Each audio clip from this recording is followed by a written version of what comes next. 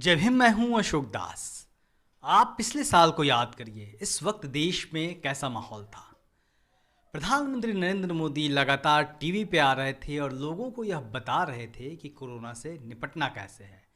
कभी ताली बजाकर, कभी थाली बजाकर, तो कभी किसी और माध्यम से। बार बार लॉकडाउन भी हुए हैं। लेकिन एक ये वक्त है जब देश की सरकार कहाँ है किसी को पता नहीं है। आउटलुक ने हाल ही में एक स्टोरी की है, अपना कवर पेज शेयर किया है, जिसमें उसने पूरा अपने कवर पेज में शीर्षक ही दिया है मिसिंग। और जो मिसिंग है वो गवर्नमेंट ऑफ इंडिया है। यही हाल कमोबेश अभी देश का है। लेकिन इसी बीच में अच्छी बात यह हुई कि प्रधानमंत्री नरेंद्र मोदी आज देश के सामने आए। दरअसल प्रधानमंत्री नरेंद्र मोदी किसानों को निधि जारी करने के लिए उसकी 8वीं किस्त, जो किसान सम्मान निधि है, उसकी 8वीं किस्त जारी करने के लिए आज देश के सामने आए। तकरीबन 2,000 रुपये मिलने हैं किसानों को इसके जरिए, कहा जा रहा है ऐसा। इस बीच में चूंकि कोरोना का वक्त है, कोरोना का संकट देश भर में है, तो प्रधानमंत्री ने उस पर भी बातें कही। प्रधानमंत्री ने जो बातें कही कोविड को लेके, उसमें 3 प्रमुख बातें उभर के आई। पहले वो सुनिए, फिर हम आपको बताएंगे कि प्रधानमंत्री के कहने का मतलब क्या हुआ। प्रधानमंत्री ने जो 3 अहम बातें बताई, उसमें उन्होंने कहा कि बीते कुछ समय से जो कष्ट देशवासियों ने सहा है, मैं भी उतना ही महसूस कर रहा हूं। कुछ लोग दवाओं और जरूरी वस्तुओं की कालाबाजारी में लगे हैं, इन पर कठोर कार्रवाई की जाए। प्रधानमंत्री ने यह भी कहा कि भारत और कोई भी भारतवासी हिम्मत नहीं हारेगा, हम लड़ेंगे और जीतेंगे। लेकिन यहाँ सवाल यह है कि प्रधानमंत्री जिस कष्ट को महसूस कर रहे हैं, क्या किसी देश का प्रमुख किसी भी कष्ट को महसूस करने के लिए होता है, या फिर वो अपने देशवासियों के कष्ट को दूर करने के लिए होता है? या सीधे सीधे ये बेबसी है या फिर अपनी जिम्मेदारी से भागने की बात है, इस पे देखना होगा। प्रधानमंत्री ने यह भी कहा है कि कालाबाजारी हो रही है, उसे रोका जाए। कौन रोकेगा आखिर?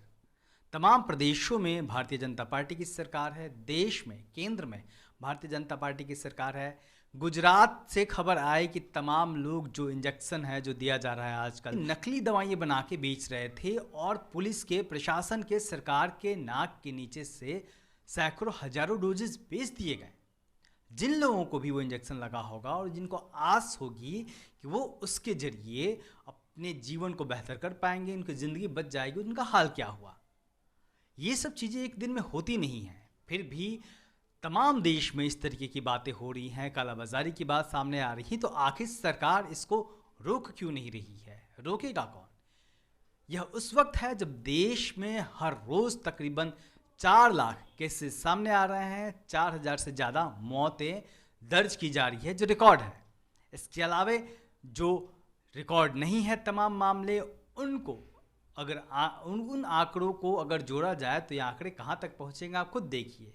हाल ही में गंगा के किनारे जिस तरीके से लाशें तैरती दिखी, उस पर एक ग्राउंड रिपोर्ट की है दैनिक भास्कर ने, और उसने यूपी में 27 जिलों में ग्राउंड रिपोर्ट की है। 1140 किलोमीटर का जो क्षेत्र है गंगा का, उसका, और उसमें दैनिक भास्कर का कहना है कि उसे 2,000 से ज़्यादा शव मिले। एक उसको लेके कोहराम मचा हुआ है।